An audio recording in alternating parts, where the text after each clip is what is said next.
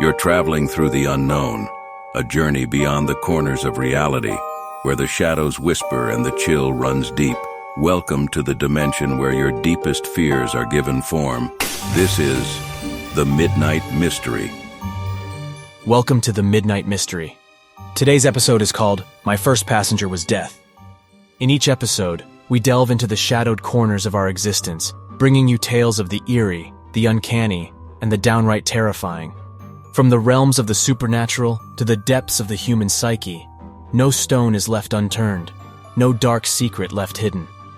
As the clock once again draws near midnight, prepare to embark on another adventure into the uncanny, the eerie, the horrifying, the Midnight Mystery. I've been a cab driver for as long as I can remember. It's not the most glamorous job, but it pays the bills. Every day I pick up all sorts of passengers, from chatty tourists to quiet commuters. But there was one passenger who stood out from the rest, the mysterious one. It started on a rainy evening when I pulled over to the curb. I saw a figure standing in the downpour, drenched and shivering. I couldn't just leave them there, so I opened the door, and in stepped a person cloaked in a long, dark robe. They gave me an address and didn't say another word. As I drove, I couldn't help but steal glances at my passenger. Their face was obscured by the hood, and an eerie silence filled the cab. I tried to make small talk, but they just ignored me. It was unsettling, to say the least. "Rough night, huh?" I finally ventured, hoping to break the silence. No response. I cleared my throat. "So, what's your name?" Still, nothing. They just sat there, silent and unmoving. It was like they were lost in their own world. As we approached a particularly busy intersection, I glanced at the passenger. "We're almost there. Anything special I should know about this drop-off?" Finally, they spoke, their voice a low, haunting whisper that sent shivers down my spine. "Just make a left here, and then another left. You'll know when we've arrived." I followed their instructions, feeling a growing sense of unease. The streets grew darker, the buildings more decrepit, until we came to a stop in front of an old, abandoned warehouse. It loomed ominously in the night. "Here we are," I said, my voice trembling. The passenger nodded, but as they stepped out of the cab, they turned to me. For the first time, I caught a glimpse of their eyes beneath the hood. They were deep, endless voids, like the night sky itself. "Thank you, Jake," they said, their voice filled with an eerie finality. "You may not understand it now, but you've just played a part in something greater than yourself." Before I could react, they disappeared into the darkness of the warehouse, leaving me alone in my cab, my heart pounding with a mixture of fear and curiosity. Over time, I began to notice something strange about this mysterious passenger, Simon. Every time he was in my cab, something extraordinary happened. It was like he had a sixth sense for danger. He'd point me to take unexpected turns, instruct me to slow down or speed up, and I'd witness accidents narrowly averted. One evening, as we drove through a particularly congested part of the city, Simon spoke up, his voice as calm as ever. "Jake, take the next left." I didn't question him anymore. I had learned that when Simon gave instructions, it was best to follow without hesitation. I made the turn, and as we did, we both witnessed a speeding car careening through an intersection, barely missing a family crossing the street. My heart pounded in my chest, and I couldn't help but glance at Simon. "How did you know that was going to happen?" Simon's hooded head turned slightly in my direction, and he replied, "I'm attuned to the balance, Jake. I sense when it's disrupted, and I guide you to restore it." His answer left me with more questions than answers, but I couldn't deny the fact that he had, time and again, prevented tragedy. As the days turned into weeks, I began to trust him implicitly. One rainy evening, Simon gave me a new destination, a hospital on the outskirts of town. "Jake, take me to St. Mary's Hospital," he said. His voice carried a sense of urgency that I hadn't heard before. I nodded and started driving in the direction of the hospital. The rain was pouring down in torrents, making the road slick and visibility poor. Simon's grip on the armrest tightened, and I could feel the tension in the cab. "What's going on, Simon?" He didn't answer immediately, but when he did, his voice was somber. "There's a life that needs saving, Jake. We must hurry." I accelerated as much as I dared on the slippery roads, glancing at Simon from time to time. It was as if he could see something I couldn't, something that demanded our immediate attention. Finally, we reached the hospital, and Simon rushed out of the cab without waiting for change. I watched him disappear into the building, his robe billowing behind him. I couldn't shake the feeling that something crucial was happening, something beyond my understanding. As I drove away from the hospital, my mind raced with questions. Who was Simon really? How did he know when and where to intervene? And why had he chosen me as his driver? Days turned into weeks, and Simon continued to be my enigmatic passenger, guiding me to prevent accidents and save lives. I had accepted this new reality, even if I didn't fully understand it. But deep inside, I longed for answers, for the truth behind Simon's mysterious abilities. Little did I know that the answers would come in a way I could never have imagined, unraveling a mystery that would change not only my life, but the very fabric of reality itself. One evening, as the sun dipped below the horizon and cast eerie shadows in the cab, I couldn't contain my curiosity any longer. I turned to my mysterious passenger, Simon, and asked, "Who are you? How do you know when these accidents will happen?" Simon remained silent for a moment, the dim light revealing only a portion of his obscured face under the hood of his dark robe. Finally he spoke, and his words sent a shiver down my spine.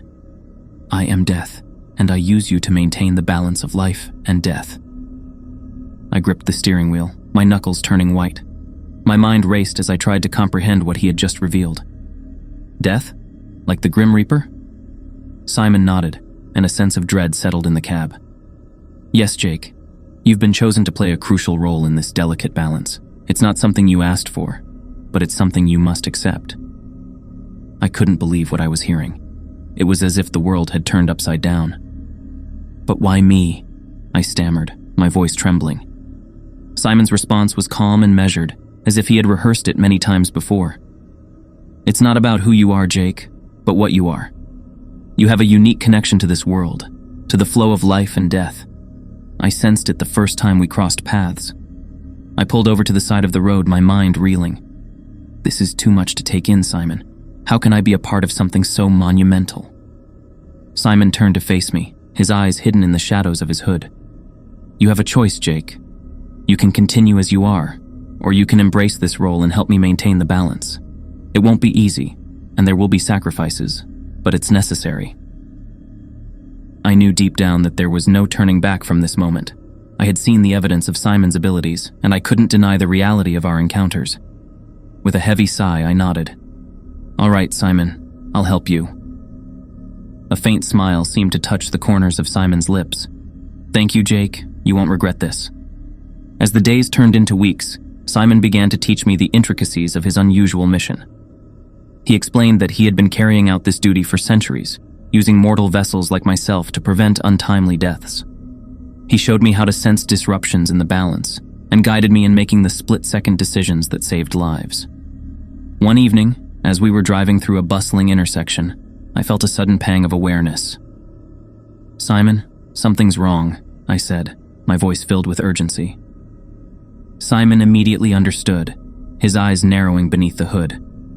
"Trust your instincts, Jake. Follow them." I swerved the cab to the right just in time to avoid a collision with a speeding truck that had run a red light.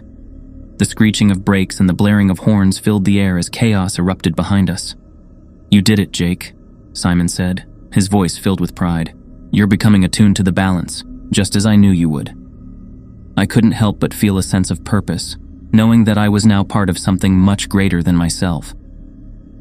As I continued to drive through the city, guided by the enigmatic figure of Death himself, I embraced my role as the keeper of the balance between life and death, ready to face whatever challenges lay ahead.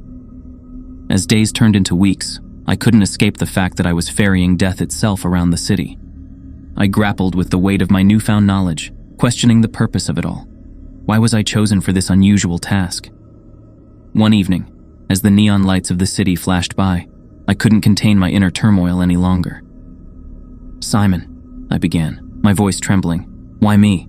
Why did death choose me for this?" Simon's gaze remained fixed on the passing scenery, his hood casting deep shadows over his face. "The balance of life and death is a complex and delicate web, Jake. It requires someone who possesses a unique connection to both realms, and you, unknowingly, have that connection." "But what's the purpose of it all?" I pressed further. "Why must we prevent these accidents?" Simon's response was thoughtful. Think of it as a cosmic duty, Jake, a way to ensure that life's course unfolds as it should. Sometimes, the disruption of a single life can set off a chain reaction with far-reaching consequences. We're here to prevent that. I nodded, trying to absorb the weight of my newfound responsibility. But what about us, Simon? Are we just pawns in some grand cosmic game? Simon's voice held a hint of sadness as he answered, We are neither pawns nor masters, Jake. We are guardians of the balance, and with that role comes a sense of purpose and connection to the greater cosmos. As we continued to drive through the city, I couldn't help but wonder about the sacrifices I had made, and those yet to come. I had become an eternal passenger in my own life, driven by forces beyond my control. Weeks turned into months, and my bond with Simon grew stronger. We saved lives, averted tragedies, and silently witnessed the ebb and flow of existence. But with each passing day, I felt the toll it took on me.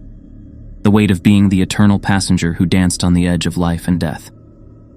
One night, as we were parked in a quiet corner of the city, I turned to Simon, my eyes filled with uncertainty. Is there no way out of this, Simon? Can't we find a replacement for me? Someone better suited for this role? Simon's hooded head turned toward me, his gaze steady. It's not that simple, Jake. The connection you have with this duty is unique. Finding a replacement would disrupt the balance even more. I sighed, knowing that I had to accept my fate. I just wish I had a choice, Simon. I wish I could live a normal life again. Simon placed a reassuring hand on my shoulder. I understand your feelings, Jake. But remember, you are not alone in this. I am here with you, guiding and supporting you every step of the way. With Simon's words, a sense of determination welled up within me. I might be an eternal passenger, bound to this extraordinary duty, but I was not without purpose. Together with Simon, I would continue to navigate the thin line between life and death, ensuring that the balance was maintained, even if it meant sacrificing a normal life of my own.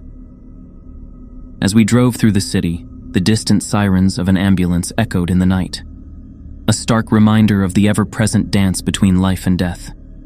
In time, I came to accept my role as the eternal passenger of death. I understood that there was a greater purpose to it all, that I was playing a part in maintaining the balance of life and death. It wasn't a burden, it was a responsibility. As the days turned into months, the weight of my unique duty began to settle into my very being. I no longer questioned why I was chosen. I simply understood that it was my calling. My daily routine remained the same, driving through the bustling streets, watching over the city's residents, and preventing the tragedies that threatened to tip the scales. One evening, as we navigated the city's labyrinthine streets, I turned to Simon, my voice filled with a newfound determination. Simon, we may be the silent guardians of this balance, but is there no way we can do more? Save even more lives? Simon's response was thoughtful. Our role, Jake, is not to interfere with the natural course of events, but to ensure they unfold as they should. We must tread lightly, for even the most well-intentioned actions can have unintended consequences. I nodded, absorbing his wisdom.